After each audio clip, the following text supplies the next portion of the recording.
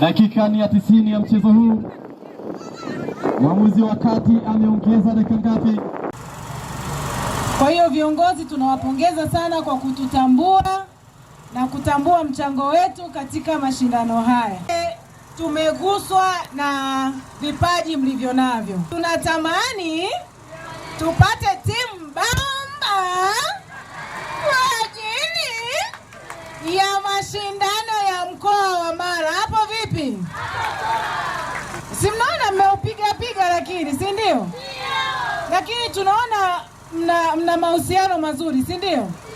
Hatujaona ngumi, hatujaona vijicho, hatujaona si ndio?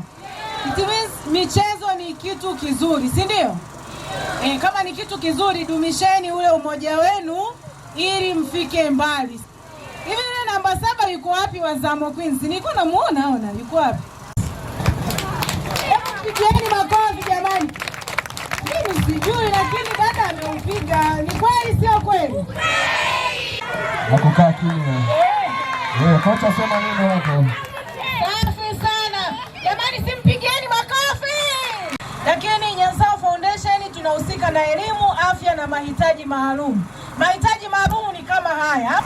Sambamba na hilo tunahamasisha wananchi wote, vijana wote, watoto wa kike na wa kiume wote wafanye mambo ambayo ni sahihi katika jamii yetu. Mambo sahihi ni kama kusoma, si ndio?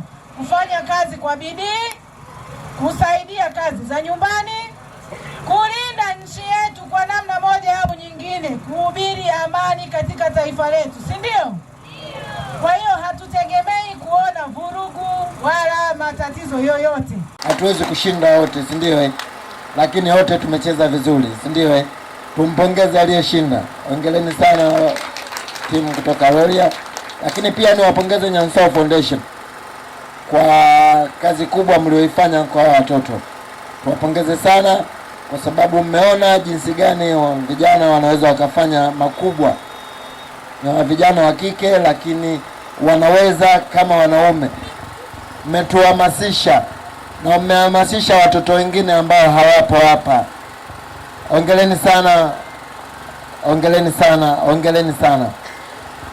Jambo hili ni hatua kubwa katika mkoa wetu wa Mara, lakini nitumie nafasi hii kujulisha umma kuwa tunayo timu ya Serengeti Queens ambayo mwaka jana ilishiriki mashindano ya bingwa wa mkoa pale jijini Mwanza na wakaingia fainali, tukawa washindi wa pili na tukabahatika kupanda ligi daraja la kwanza katika mpira wa miguu wanawake. Na mwaka huu mwezi wa 6 tunatarajia kushiriki mashindano ligi daraja la kwanza katika mpira wa miguu wanawake. Kuanzia tangu tarehe 1 hadi leo tarehe 3 tunahitimisha tukiwa wilayani Serengeti mkoa wa Mara. Tunashukuru wilaya Serengeti, tumepata mapokezi mazuri, tumepata ushirikiano wa kutosha kwa viongozi wa wilaya hii. Mashindano yetu tumeendesha katika hali ya usalama kabisa. Tulitegemea kupokea timu 12 zitakazoweza kushiriki, lakini kwa bahati mbaya tumepokea timu 7 pekee zilizoweza kushiriki mashindano haya. Tumeendesha mashindano mwanzo hadi mwisho kwa uzuri kabisa. Na tunashukuru hadi leo tumempata bingwa wetu ambaye ni Rorya Queens.